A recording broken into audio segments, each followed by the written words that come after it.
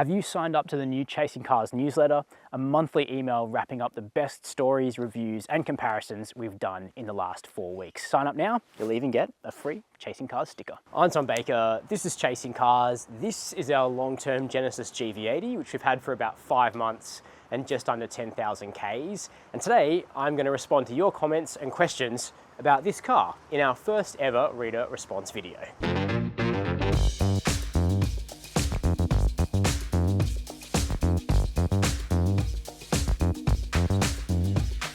It kind of amazes me that in all the years I've been making these videos on Chasing Cars, we've never actually done a segment where I react to the comments on air. Now, we get thousands of comments. I do my very best to respond to them over text, but I figure, given that this car is coming towards the end of its time with us, it'd be good to respond to many of the questions that we have actually received about the GV80 and some other sentiment and some hate mail as well. So let's start with, hey, Mr. Off says, Genesis are killing it.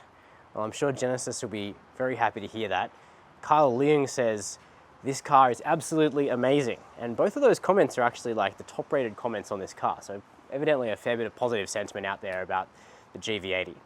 Sam S says, love the design and inclusions. I think that's really what makes it a value proposition. It's not inexpensive, that's for sure. That's very true, Sam. I hope it's successful, if only to demonstrate what's achievable at the price point. Tom, the included package servicing roadside concierge didn't get a mention unless I missed it. That's true. So with the GV80, you get 5 years of pretty much everything thrown in. It's got a 5-year unlimited kilometer warranty. You get 5 years of scheduled servicing, which is 10,000 Ks a year for the petrols, 15,000 Ks a year for this diesel, so 5 years and 75,000 Ks. You also get 5 years of concierge included, and you can call that person and not only book maintenance on the car, but also book restaurants, theatre tickets, that sort of thing. Tim Fuddy says, Australians really are badge snobs. It's true, there are a lot of badge snobs. We don't mind paying a premium for overpriced Euro cars. It's been said that BMW once stated that Australians are willing to pay high prices for their products, so they charge accordingly. As an example, look at the price of the new Porsche in Europe and compare it to here, almost twice the price. I would have no problem being seen in the Genesis. It'll be interesting to see how sales go. Well, Tim, you are very secure, something we should all aspire to be. Raul Gupta says, he knows from his facial expression that he doesn't like the second row legroom space. Guess he had no choice but to agree. He is smart and he knows that there are cars with more legroom in the second row. Well, there are cars with more legroom in the second row, but like a lot of vehicles in this segment, row 2 is a little bit constrained in order to fit row 3 in the back. I think adults can still fit in the back of this car without too much of a problem. Ethan Bidner says, amazing. Sat in one at the Sydney dealership before they were released. Quality is exceptional, and that screen, the screen is very good. Also curious how you managed to give us a decent review when your competitors give us 3 lousy minutes. Well, I always try to provide more than 3 lousy minutes. Big Daddy K says, excellent review, thanks for your work. Interesting car to consider in a couple of years and after winning Lotto. Well, keep trying. Stern Who says, buy for half price in 5 years. And that is true, but you do need somebody to stump up the money and buy it in the first place. Maybe this one will be on sale in 5 years, we'll see. James Heggie says, I absolutely love this SUV. It looks terrific and really love the way it looks. So do I. How does the diesel engine sound, Tom? Does it sound a bit truck-like or a bit more meaty? If I had the money, I'd certainly buy one. Well, in the cabin, it sounds good, it's refined, quiet, doesn't sound much like a diesel. If you stand outside the car while it's idling, there's definitely no hiding the fact that it's not a petrol, but I could certainly live with it. Richard says they should have a rear-wheel drive 6-cylinder model, as most drivers don't or won't ever need all-wheel drive. Less weight and less fuel usage and less to wear out, including expensive tires. That's true, maybe they should. If sales go through the roof, perhaps Genesis will consider that. Anchor Johar says, will you be doing a 3.5 twin turbo review anytime soon? Well, I can do if you want that, you can let me know. Alpha Fiddlesticks says, what about steering wheel vibration? I've heard there's a little bit of vibration feedback from the diesel engine variant. Well, almost 10,000 Ks later, I haven't picked up on that myself. Tumbiso Madlala says, Lexus needs to watch out because they are a bit outdated now and Genesis is coming to kill. Well, that is dramatic. We'll see. Lexus should probably be on their guard though. KC says, should I get this GV80 or the history, prestige, awards and performance of a Porsche Cayenne? Well, KC, it sounds like you've made up your mind on that one already. Flaming Hedgehog, one of our absolute regulars, says, why is there a $30,000 markup on this in Australia? I couldn't live with the fact I just spent 90 grand on a 60 grand car. Well, lots of reasons.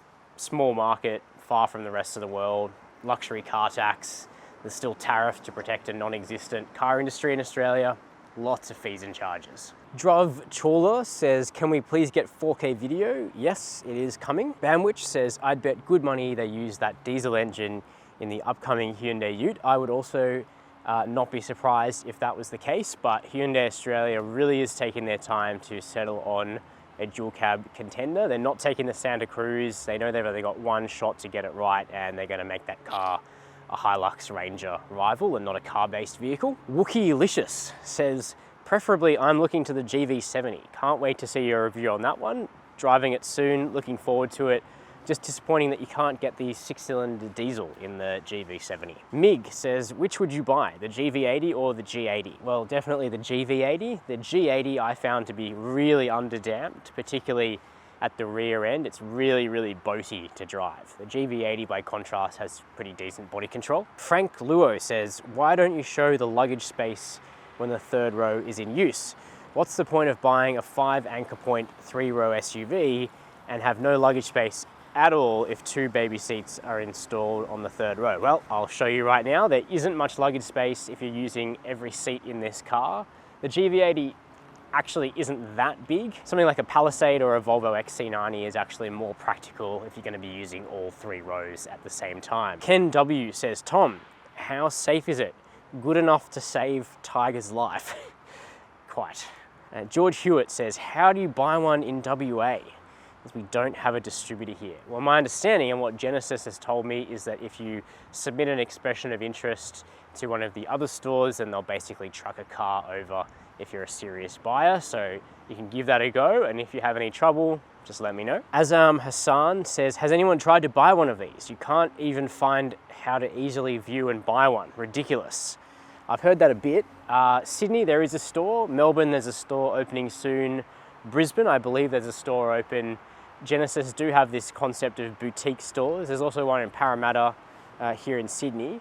But again, it's one of those cars where if you are a serious buyer, put an expression of interest through, and I know Hyundai Australia will really try and move heaven and earth to get a Genesis in front of you so you can have a look at it. JJS says, but the Genesis is definitely a knockoff of the Bentayga, just saying. Well, if I'm honest, I actually think the GV80 looks more like a Bentayga than a Bentayga.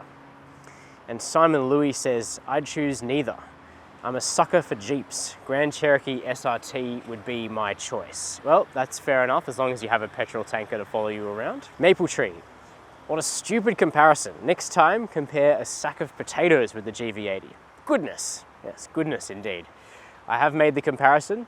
Had a lot more success driving this car than the sack of potatoes. Code Zero says, only have bad image about Genesis due to TW crash and the recent recall. Well, recall, fair enough. This one's actually due for its recall repair, and TW crash, well, I mean, not really Genesis's fault. Alex T says, you forgot to mention the GV80 has soft closed doors, suede headliner, adaptive suspension, double pane windows, noise cancelling, and a better sound system.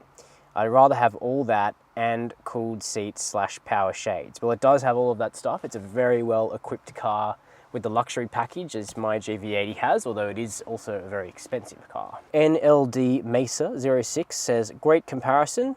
I think he's talking about our GV80 Touareg comparison. This guy is quickly becoming my favorite automotive journalist. Thank you very much. Tony Chan says, if it is based on luxury, then the Audi Q7 is more a match for the Genesis. Then there is the even more luxury / sporty Porsche Cayenne. All belong to VW. The VW Touareg should verse the Hyundai Palisade. Another comment on our recent comparison.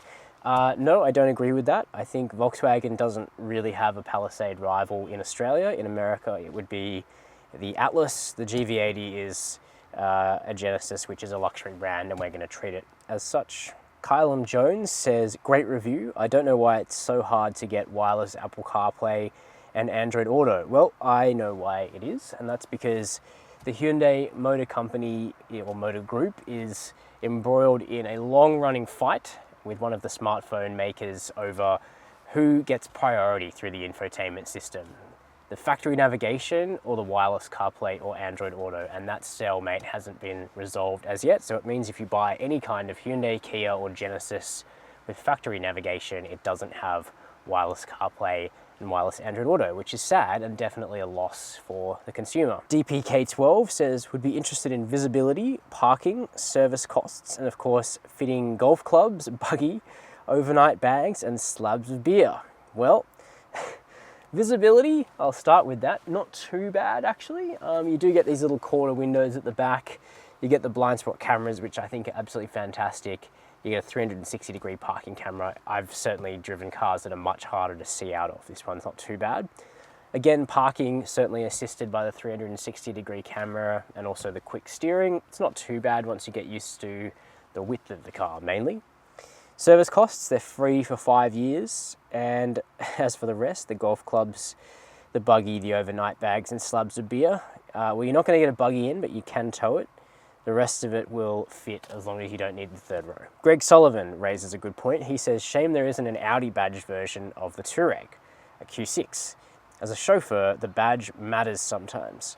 I'd prefer the extra legroom, bigger boot, better mileage, and air suspension of the Touareg. The other stuff doesn't matter much.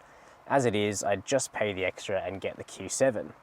Audi also have a substantially better warranty than Genesis for commercial use. 3 years, unlimited kilometers, about 180,000 kilometers for me versus 130,000 for the Genesis. Now that's the commercial warranty as opposed to the private warranty, which is unlimited kilometers. Great review though, thanks. Thank you, Greg. So as a commercial driver, the Audi makes more sense to Greg.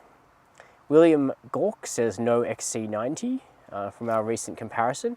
It's a good idea. I do think the cars are natural competitors, and I really like the Volvo XC90. It's still probably the 3-row luxury SUV I'd buy with my own money. Alex Jur85 says, how many golf bags can you get into the Genesis's boot? Well, heaps, again, if you don't need that third row. And that is the feedback and the comments and the questions and the hate mail and the love letters we've had about the Genesis GV80. Let me know if you want to know anything else or you want anything else addressed about the car before we do our final wrap up of everything we loved and hated about the GV80 3-litre diesel luxury package that I've been running for the last 5 months or so. We'll do another complete video for that. The car's going to go into at least one more comparison before it leaves us, but as always, let me know your thoughts down below this video. If you haven't subscribed, make sure you do so and hit that notification bell. And as always, thanks for watching Chasing Cars.